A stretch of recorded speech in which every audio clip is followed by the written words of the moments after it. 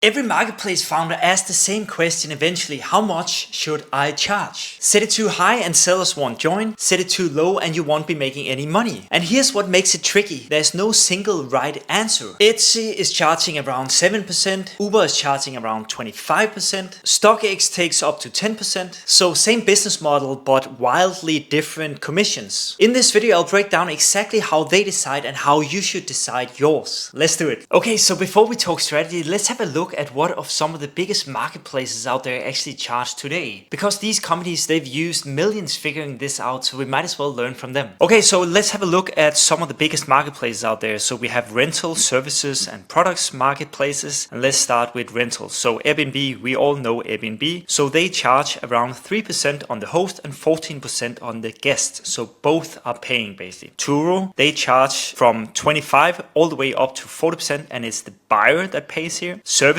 marketplaces, so we have Fiverr, Upwork and Uber. So Uber, let's start with that one. That's around 25%, but that's built into the price, so you don't see this. Upwork, it's around 10% and it's the seller that pays. And for Fiverr, it's around 20% plus a buyer fee, so both are actually paying. So for Etsy, it's around 6.5% and it's the seller that pays. eBay up to 13% and it's the seller that pays. And Amazon, it varies for listing types, but usually it's around 8 to 15% and it's the seller that pays. So you notice the pattern? Basically, the more value the platform provides, like insurance, vetting or customer support, the higher they usually charge. And the more commodity the product is, the lower they need to go, because the sellers can easily go somewhere else. Now, commissions does not always mean the same thing, because there are actually three main ways to make money on your marketplace, and you can actually combine them. Let's have a look. Okay, as you can see here, I have made this one, and these are the three ways to monetize your marketplace. Let's go through them one by one. So first off is the percentage commission. That is the most simple one. So you basically take a percentage of each sale. So if you take 10% of $100, that's $10 down in your pockets. So this scales with sellers and it's simple to understand. So this is usually what you start out using. Of course, you have to figure out who pays, seller, buyer, or both. Examples of this, as we were just talking about just before, Etsy, Airbnb, and Fiverr. The next one is then a flat fee per transaction. So a fixed dollar per sale, for instance. So that could be $2 regardless of size, for instance. So this is for you as the marketplace owner, a predictable revenue stream, good for variable order sizes, but it doesn't really scale with price. So you will earn the same per order. So if it's an order of $10, you will earn $2. And if it's an order of $10,000, you will still only earn $2 basically. So examples of this is Thumbtack, because they have a per lead transaction fee. And then there's the subscription fee model. So sellers pay monthly to list, get premium features or something else. So this is of course awesome for you, because then you have a recurring revenue stream. That's always really nice, also just to predict your revenue for the next month or years. And this is great of course for mature marketplaces. It's a very hard sell though early on to get new sellers to subscribe very early in your marketplace journey. But examples of this is Etsy Plus with their premium tiers. So of course, most successful marketplaces, they basically combine all these three, but they always, well, almost always start with number one and then they add others later. But usually you start with the percentage commission first, and then you can add the other ways to monetize basically later in your journey. Okay, so how do you actually pick your number then? Well, here's the framework that I use. Okay, so let's go through this beautiful framework that I made. So how to pick your commission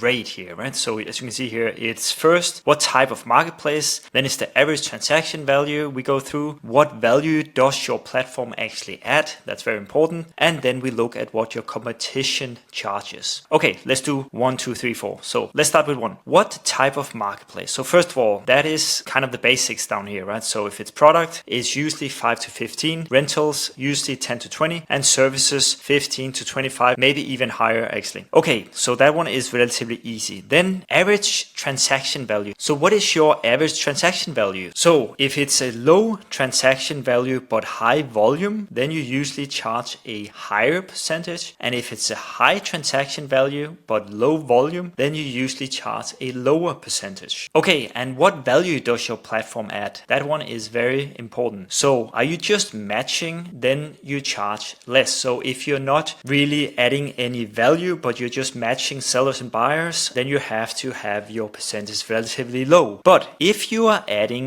value in terms of payments plus protection plus insurance plus vetting plus, then you can charge more. So the more value you add, the higher percentage you can basically charge. And last but not least, what does your competition charge? So basically, if your competition is charging, I don't know, let's say 15%, then usually you stay in that ballpark, so you don't go up to 50% then. But if your marketplace clearly offers way more value than your competitors, of course you can charge a little bit more. But usually you stay, of course, in the ballpark of your competitors. Okay, and then a good starting point if you are unsure, then you start at 10% and you usually charge the sellers, and then you basically adjust from there. So you can always start at 10% and then you can go up to 15, 20, whatever you want to go up to. But usually a good starting point is 10%. And let me also just go through some of the biggest commission mistakes I've seen. So 1, 2, 3 here. So number one, starting too high basically. So you can't go 20 or 30 or 50% on day one if you have no traffic. Sellers will just leave. So first you have to get sellers and buyers to actually transact, and then you have to provide value, and then you can start raising your commission. But if you go too high on day one, sellers will just leave. So what you should do is to start lower, build volume, and then raise it once you drive real sales. So mistake number two, never changing your commission. So your rate for 10 sellers, when you have 10 sellers, should be different than when you have 1,000 sellers. That's very normal. So what you should do is to revisit as you add traffic, features, trust. That's also what Uber did. So it's very normal to start maybe at 10% and then you gradually go up a little bit. Mistake number three, hiding fees. That's a bad one. So if you surprise with a 50% service fee at the checkout, it feels like bait and your sellers will just switch to a competitor. So better to be honest about what your fees are. So show them up front and bake them into the seller's side basically. So never hide your fees. Okay, so let's just keep it super simple here in the end. If you're building a new marketplace, start with a percentage commission, charge the sellers and set it at 10%. And that will then be your baseline. And then from there, adjust based on what category, your transaction size and the value you are providing. And try not to overthink this to begin with, because your commission rate is actually not the one that will make or break your marketplace. Getting sellers and getting buyers and making those first transactions happen, that's what matters. And then you can fine tune the numbers later when you have real data. If you're considering building an online marketplace, then you should check out Prometora, because I built Prometora exactly for this. You can set your commission rate, plug in Stripe Connect and be live later today. There's a 14-day free trial link in the description. And if you want to understand why marketplaces are such a strong business model, then watch this video next. Thank you so much for watching and I hope to see you in the next one. See you. Bye bye. Ciao.